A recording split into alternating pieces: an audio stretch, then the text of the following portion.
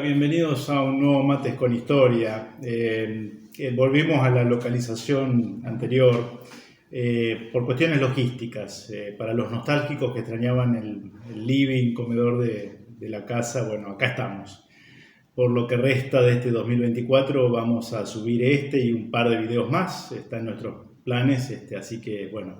Pero el año que viene volveremos a los estudios de Conclusión TV, de la Asociación de Empleados de Comercio de Rosario, donde nos han recibido con los brazos abiertos y nos han facilitado una tarea técnica que para nosotros era muy importante.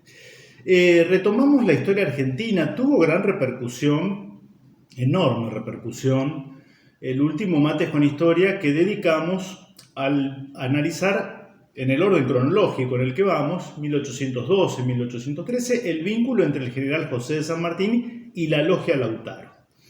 Se llenó de comentarios, bueno, no vamos acá a repetir cosas que ya dijimos. Lo que sí me pareció pertinente es hacer este Mates con Historia dedicado a quien es un poco la contracara del general San Martín, que era otro militar que se llamaba Carlos María de Alvear. Carlos María de Alvear, la antítesis, la contracara, en todos los aspectos posibles, no solo en sus ideas políticas, sino también en su personalidad. Lo vamos a ir viendo hoy, si me tienen paciencia.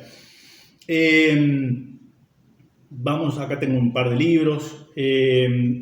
Hicimos referencias a Carlos María de Alvear en algunos Mates con Historia. Vamos a dejar el link en la descripción.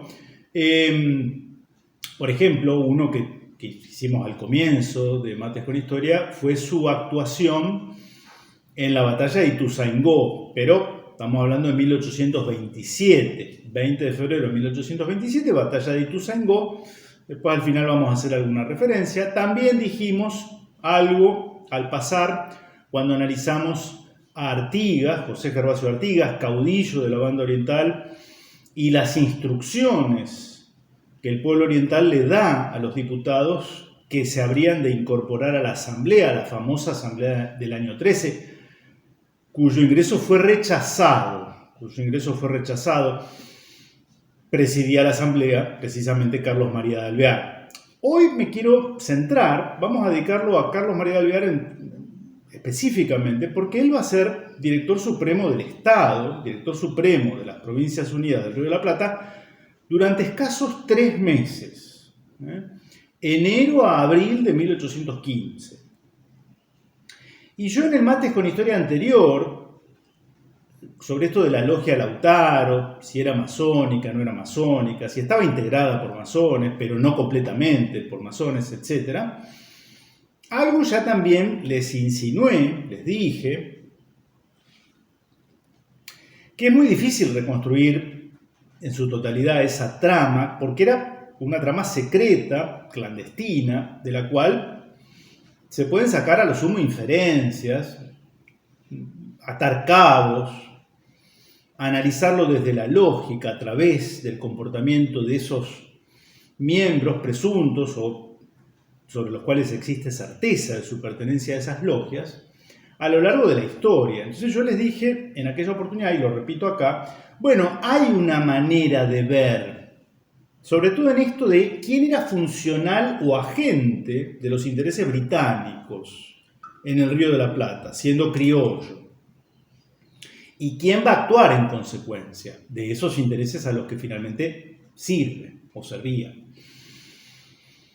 Y la figura de Alvear es una figura emblemática porque, siendo la contracara, la antítesis del general San Martín, va a ganar la disputa interna de la logia. El bando alvearista se va a quedar con el poder de la logia y luego de la asamblea del año 13. Pero 2 años después, en enero de 1815, uno de los protagonistas toma las riendas del Estado. O sea, es quien decide la política a seguir. Entonces nos vamos a concentrar en lo que fue el directorio de Alvear.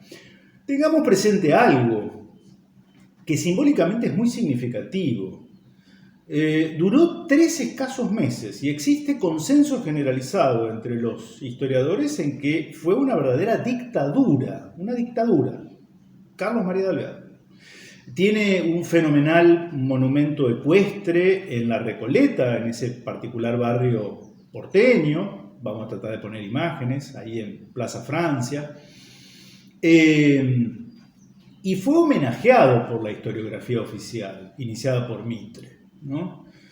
Con decir que la avenida, la hoy Avenida del Libertador General San Martín, esa avenida tan particular en la zona norte de la ciudad de Buenos Aires, se llama Libertador General San Martín desde 1950, año del centenario de la muerte de San Martín, gobierno de Juan Domingo Perón. Es en esa ocasión en la que se le cambia el nombre y se le pone como homenaje Libertador José de San Martín. ¿Cómo se llamaba antes esa avenida? Se llamaba Carlos María de Alvear. Ven ahí ustedes un pequeño símbolo, ¿no?, de esta antítesis, ¿no?, entre ambos personajes.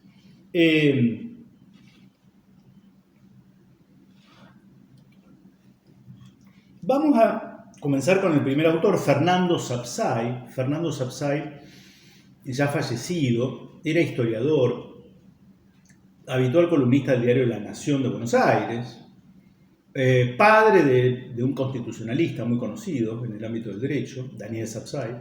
Fernando Sapsay editó muchos libros, ¿no? Particularmente yo me voy a hacer referencia a una lectura muy breve de lo que dice Sapsay en este libro, Rosas, el federalismo argentino, como para entrar en tema, ¿no? Dice Sapsay, el 5 de enero de 1815 convocó Posadas, Gervasio de Posadas, que era el entonces director de las Provincias Unidas, ¿no? Era tío de Alvear, Gervasio de Posadas, a la asamblea, y ésta aprobó su conducta en todos los aspectos. Pero Alvear, con el apoyo de las tropas de la capital acantonadas en Olivos, la zona norte del conurbano bonaerense, exigió la implantación de una dictadura militar que acabara con todo tipo de enfrentamientos, tanto militares como políticos, y dominara las provincias poniéndolas bajo el gobierno central por la fuerza. Ni Posadas ni sus secretarios aprobaron ese proyecto, pero la influencia de Alvear en la asamblea, era el presidente de la asamblea, mucho mayor desde la ausencia de San Martín. San Martín, al ser derrotado en términos políticos, primero en la logia y luego en la asamblea, después vamos a volver qué pasó ahí, ¿no? Pero hoy me quería, aprovechando lo de San Martín y la logia de Lautaro, hoy quería dedicarlo a Alvear, ¿no? San Martín, al perder políticamente, se aboca a los aprestos militares que le habían encomendado, la formación del regimiento de granaderos a caballo, que hoy existe y lleva su nombre, y parte, se ausenta de la ciudad de Buenos Aires, y allí, bueno, el combate de San Lorenzo, aquí cerca de Rosario, y para esta época ya, es intendente gobernador de Cuyo, ¿eh? Está en Mendoza, San Martín, bien lejos de Buenos Aires, y ha sido nombrado intendente gobernador de Cuyo. Su animadversión contra Alvear se deja ver en las cartas que él dirige. No, voy a abreviar, pero básicamente esto era bastante evidente en esa época ya. Entonces, Alvear toma el control político. Hay que recordar que Alvear era un muchacho de 25 años. Esto quizá explique también algunas cosas, ¿no? Retomo lo que dice Sapsay, entonces. Terminaría por transformar a Posadas en dictador a pesar suyo, para ser juguete de su sobrino. Ante tales perspectivas, Posadas renunció al cargo el 9 de enero, y ese mismo día, por votación mayoritaria de sus miembros, la asamblea designó director supremo a Alvear, quien asumió al día siguiente. Las pretensiones dictatoriales del nuevo director chocaban con la realidad de los pueblos. Fernando Sapsay, por las dudas, no es un autor de la izquierda, Abelardo Ramos, Hernández Arregui, no. Fernando Sapsay, columnista en el diario La Nación, ¿no? Pero dice esto: las pretensiones dictatoriales del nuevo director chocaban con la realidad de los pueblos. La banda oriental y las provincias litoraleñas seguían las banderas de Artigas. El norte estaba amenazado de una invasión desde Yavi y tanto el ejército como el pueblo detestaban al director. Es el que tiene ese monumento y hay que tratar de vislumbrar por qué se lo homenajeó a este hombre que, según Sapsay, era detestado, ¿no? En Cuyo, ante el peligro de una invasión, se iba formando un ejército respetable con ferviente apoyo popular que de ninguna manera responderá a las aspiraciones de Alvear.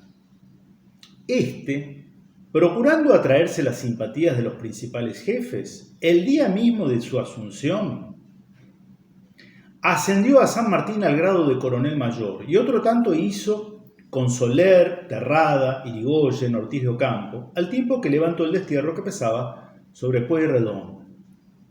Pero ninguno de estos jefes era comprable.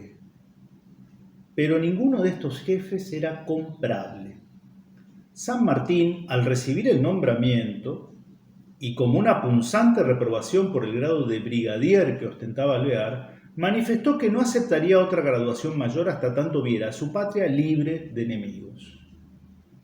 Los orientales habían derrotado a Dorrego en Gamonal el 10 de enero, y los oficiales porteños cada vez se inclinaban más a la causa de Artigas. Fernando VII había vuelto al trono, y eran insistentes las voces de que una expedición al mando de Morillo se dirigía contra Buenos Aires contando al efecto con el apoyo portugués. Panorama complicado. Después vamos a leer José María Rosa sobre este mismo cuadro de situación. Perplejo, Alvear insistía ante la asamblea que solo una mano violenta podría restablecer el orden, pero sabía también que él carecía de fuerzas para llevar a cabo tamaña empresa. El 25 de enero, a 2 semanas de haber asumido el directorio, reunió al Consejo de Estado para buscar una salida que beneficiara, presten atención a esto, Fernando Sapsay, no es un zurdito el que escribe, para buscar una salida que beneficiara a la burguesía comercial. La burguesía comercial, su único y débil apoyo, y posibilitara la imposición por la fuerza de cualquier forma institucional. La burguesía comercial, dice Sapsay. No dice el sector pudiente, no dice los hacendados de Buenos Aires, dice la burguesía comercial porteña. Esto para entender por qué hay monumentos a Alvear, siendo que va a ser lo que vamos a ver que hizo en sus 3 breves meses como director. Y allí se resolvió algo insólito: pedir concretamente por notas a Castlereagh, primer ministro británico, y a Stranford, embajador británico ante la corte portuguesa en Río de Janeiro, el protectorado británico. El protectorado británico. Y cita: estas provincias, dice la nota de Alvear a Castlereagh, desean pertenecer a la Gran Bretaña, recibir sus leyes, obedecer su gobierno y vivir bajo su influjo poderoso. Ellas se abandonan sin condición alguna a la generosidad y buena fe del pueblo inglés. Y luego de señalar que él daría todo su apoyo, reclamaba el envío de fuerzas suficientes que impongan a los genios díscolos. Los genios díscolos eran los caudillos litoraleños que se enfrentaban al directorio de Alvear. Ya lo habían hecho con su tío Posada, ¿no? José Gervasio Artigas, caudillo oriental, pero ya estaba formando, vamos a tratar de poner un mapa ahí, la Liga de los Pueblos Libres. La Liga de los Pueblos Libres era la liga de provincias que reconocían el liderazgo, la conducción política, porque abrazaban los ideales políticos de José Gervasio Artigas, que eran lo opuesto a lo de que representaba el directorio de Alvear, ¿no? La banda oriental, la Mesopotamia, Argentina, es decir, Entre Ríos, Corrientes, Misiones, y también Santa Fe a partir de 1815, ¿no? Y en un determinado momento también se suma a la Liga de los Pueblos Libres la provincia de Córdoba. Esto como para introducirnos en este tema. Y ahora vamos a ver la lectura, la interpretación que hace del accionar de Alvear José María Rosa.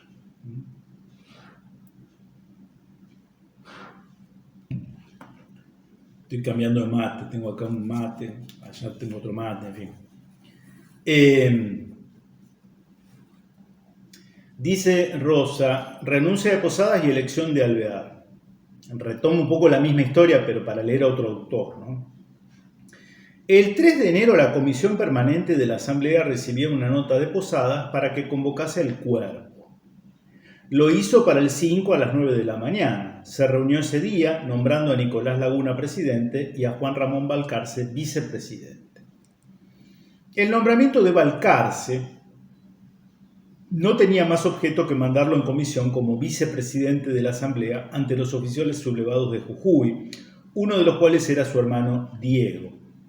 Su misión fue inútil, los sublevados nada quisieron saber con Alvear. El 9 de enero se recibió la renuncia de Posadas. Hablaba de su edad avanzada y achacosa, tenía 54 años con la Rosa, y de retirarse a su casa a pensar en la nada del hombre y meditar consejos que dejara a mis hijos por herencia.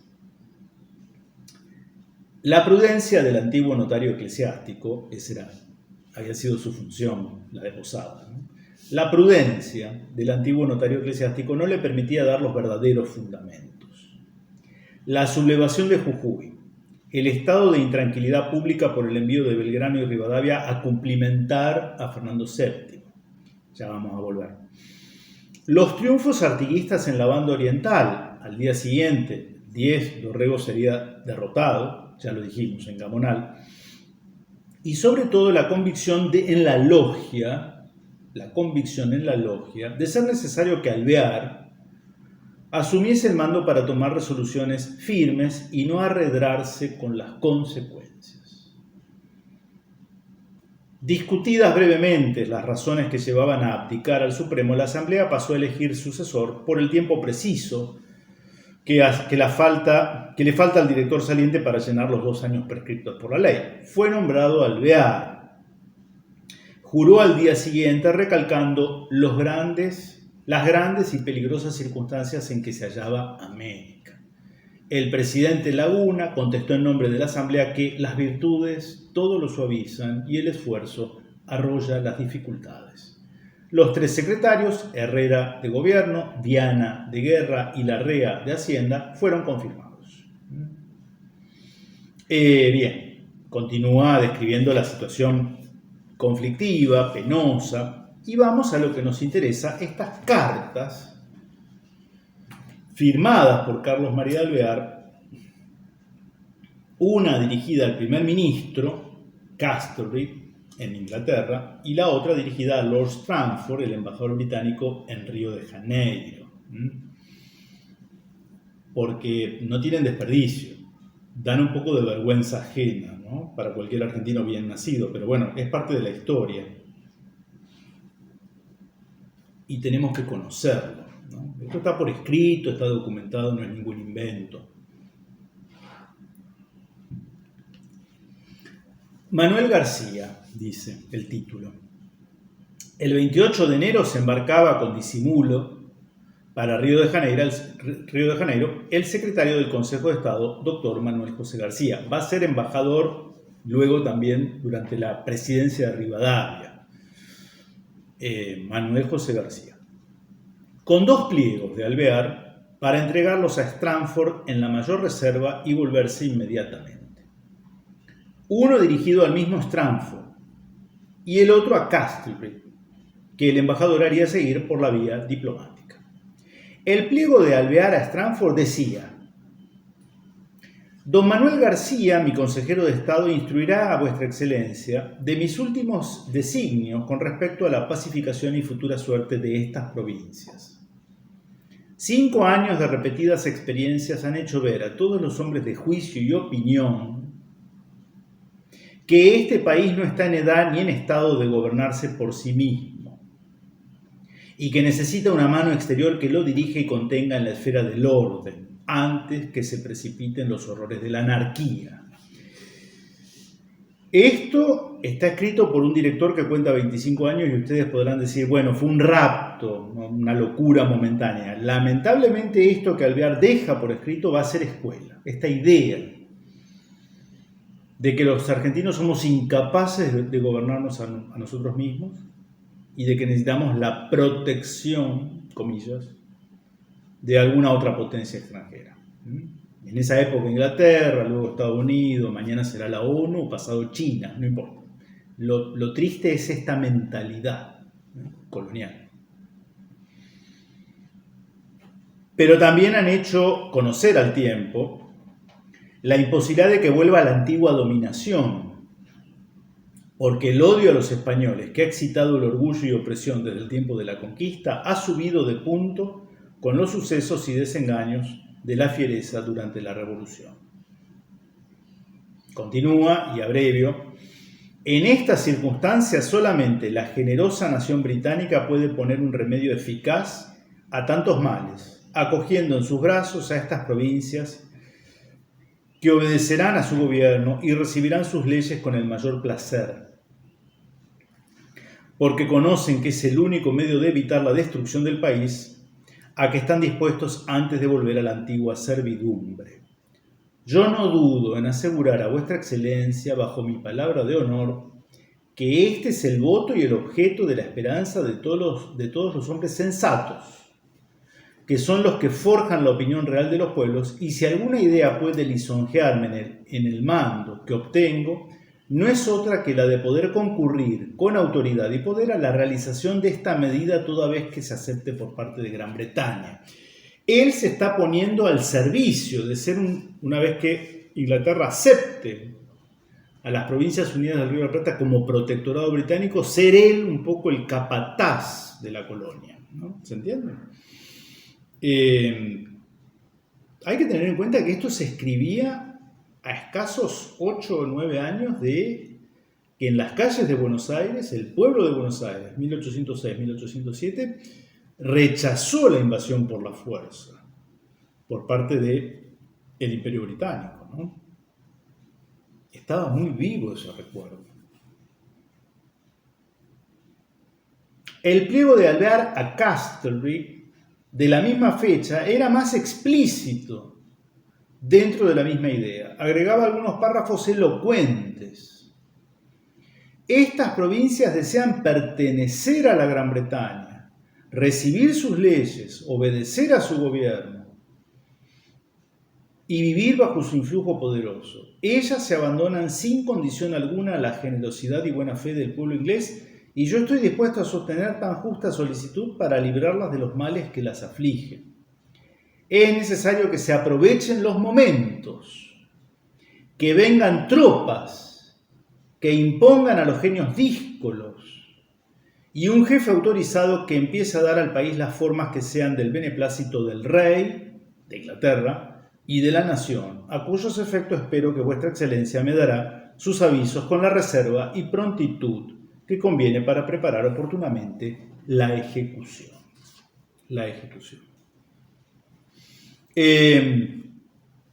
Bueno, ustedes me podrán preguntar a esta altura del campeonato, bueno, pero ¿cómo Inglaterra no aceptó? ¿No venimos viendo en varios mates con historia que desde hacía ya décadas Inglaterra apetecía, ambicionaba quedarse con el control de los territorios americanos de su viejo archienemigo, el Imperio Español? Sí, es cierto, pero las circunstancias habían cambiado. Y ahora lo relata un poquito José María Rosa. Primero que no era cuestión de que el ofrecimiento fuera de modo tan obsceno y evidente, ¿no? Eso no va con las formas de la diplomacia británica. Y segundo, ya no era del interés del gobierno británico tener colonias en las viejas posesiones españolas. En todo caso, interesaba países que declararan su independencia y se sumaran al Imperio Británico como piezas informales del imperio, sobre todo en el control y la administración de sus resortes económicos, ¿no? que tomaran empréstitos endeudándose con la banca británica y que abrieran sus mercados a los mercados manufacturados, a los productos industriales británicos, el libre comercio. Eso lo vamos a ir viendo, lo vamos a retomar. Entonces, esto explica un poco que no se le haya aceptado semejante ofrecimiento tan obsceno, ¿no?, realizado por Alvear con 25 años. Sigue José María Rosa. Con los 2 elocuentes pliegos llegó el comisionado a Río de Janeiro el 23 de febrero, ocultándose de Belgrano y de Rivadavia, que estaban allí hacía 50 días, solicitó una audiencia reservada en la embajada inglesa. Dado ese carácter, Stratford lo recibió el domingo 26 por la tarde. Mitre, fíjense qué punzante acá José María Rosa, Mitre, que para disculparla llama a esta misión pedido de alianza o protectorado, la justicia por el estado del país, la justifica, por el estado del país, y dice que Rivadavia se cruzó en el camino de García y consiguió que no entregase los pliegos, es una benevolencia de Mitre. Ni Rivadavia vio a García, hasta después de haber hablado con Stratford, ni García dejó de entregar los pliegos a Stratford. La misión no fue un pedido de alianza o protectorado, sino crudamente de coloniaje directo. ¿Qué hablaron Stratford y García la noche del domingo 26 de febrero de 1815 en la embajada inglesa en Río de Janeiro?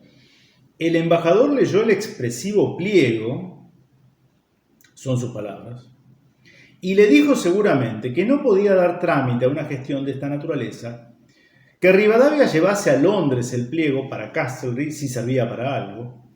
Le habrá hecho saber que Inglaterra no necesitaba insinuaciones ni donaciones para tomar lo que podía convenirle, y menos de un gobierno que solo dependía de su apoyo.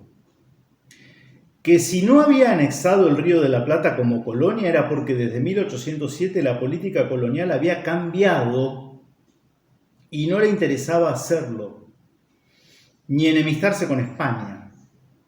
Aconsejó a García que cambiase el estentorio pedido de coloniaje por un memorial, solicitando que Su Majestad Británica, cediendo a las súplicas del infortunado pueblo, les haga conocer sus destinos, que no eran otros que la reconciliación con Fernando VII. Bien, ¿y cómo termina esto? Bueno, termina con la caída de Alvear en abril de 1815. Después retomamos esto.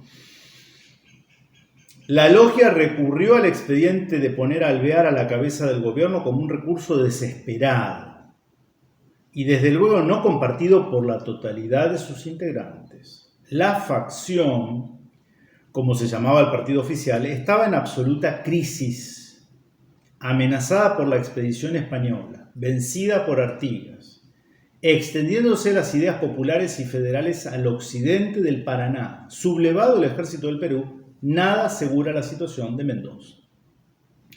Monteagudo, Bernardo de Monteagudo, había sido el deus et machina de la elección de Alvear. Sus ideas terroristas le hacían suponer que un gobierno fuerte e implacable podría mantener la situación. Hasta el dulce canónigo Valentín Gómez, provisor de la diócesis de Buenos Aires, y por lo tanto, con el manejo eclesiástico, las aceptó con entusiasmo. Nicolás Rodríguez Peña, su hermano Saturnino, que había dejado su domicilio habitual en Río de Janeiro, los 3 secretarios, Herrera, Viana y Larrea, el canónigo Pedro Pablo Vidal, Álvarez Ponte, Donado, los coroneles Ventura Vázquez y Fernández, el comandante Ramón Larrea, los hermanos Balbastro, parientes próximos de Alvear, formaron el círculo civil que arrastró a Alvear a su desesperada tiranía de verano. Es cierto que en enero de 1815 no había otra opción, o la dictadura o la caída. La facción era cuantitativamente pequeña en Buenos Aires, pero tenía el mando del ejército acantonado en Los Olivos, que llegaba a 8.000 hombres. No todos los logistas estuvieron con ella, y el grupo de San Martín se opuso con decisión. Desde noviembre, al saber el envío de los diputados a Europa, French conspiraba contra la facción. Fue apresado el día 13 y desterrado lejos de Buenos Aires. Se produjeron clausuras de periódicos, arresto de opositores, eso durante el breve directorio de Carlos María de Alvear. Y esto termina con la Revolución de Fontezuelas en abril de 1815, ya lo vamos a retomar, que es lo que provoca la caída, ¿no? Finalmente le sueltan la mano. Y José María Rosa trae, para concluir, que estando en Río de Janeiro, Alvear le manda una carta a través del embajador español en la corte portuguesa en Río, una carta a Fernando VII, en la que renuncia a su condición de argentino, él aquel que había sido director supremo de las Provincias Unidas de Río de la Plata, que fue engañado, que fue conducido por hombres viles a ese estado revolucionario y que no le cabía ninguna duda de que, suplicando como lo hacía el perdón de su amado soberano Fernando VII, lo iba a obtener, y cuando se le ordenase y se le dieran las seguridades para conducirse él y su familia, se trasladarían a la península. Completito el muchacho, completito el muchacho. Cambiaba de nacionalidad y de causa como quien cambia de camiseta. Lo que va a tener sí es una coherencia a lo largo de su vida en su filiación a ciertas instituciones, que quizás sean las que lo sostuvieron en la desgracia y las que años después decidieron levantarle semejante monumento en la Recoleta. Carlos María de Alvear. Después va a volver, va a estar al frente de las tropas argentinas y orientales en el conflicto con Brasil por la banda oriental. Va a ser el comandante jefe que va a triunfar en Ituzaingó. Lo analizamos, vayan a ese video por si les interesa, porque ahí analizamos también, hay cosas que no cerraban de Ituzaingó, la conducta de Alvear. En ese video citamos a Adolfo Saldía, nada más y nada menos, ¿no? Un gran historiador. Hay cuestiones ahí que Saldías también trae a colación, que hablan de su personalidad, bastante indecorosa, por cierto, y de que Ituzaingó fue un triunfo argentino y oriental pese a Alvear, no por Alvear, sino pese a Alvear, y por mérito de sus oficiales y su tropa. En 1835, Juan Manuel de Rosas lo va a nombrar embajador argentino en Washington. Vamos a volver, porque él siempre conspiraba, ya vamos a llegar a 1835, va a haber una carta que seguramente es de Alvear, dirigida al presidente de la Confederación Peruano-Boliviana, el mariscal Andrés Santa Cruz, proponiéndole que le declare la guerra a la Confederación Argentina, y Rosas, conociendo un poco el elemento, para sacarlo del medio, para sacárselo del Río de la Plata, lo manda a Washington, destino diplomático que va a cumplir hasta su muerte. Va a morir en Nueva York a fines de 1852, de modo bastante digno, como diplomático al servicio de la Confederación Argentina en Washington, ¿no? Cuando Estados Unidos no era el Estados Unidos que conocemos posteriormente, ¿no? Bien, un personaje muy rico desde el punto de vista historiográfico. Me parecía importante entonces traerlo a colación, traerlo a Mates con Historia, dedicándole un Mates con Historia específico, y para ver quién era quién en aquellos años. Época confusa, compleja, sobre la cual nos cuesta establecer juicios categóricos sobre ciertos personajes, pero, habida cuenta de lo que acabamos de leer, esto esclarece bastante, ¿no? Esclarece bastante quién era el agente británico entre nosotros. Me parece a mí. Bien, espero que les haya gustado. Les dejo un saludo. Nos vemos la próxima si Dios quiere. Gracias.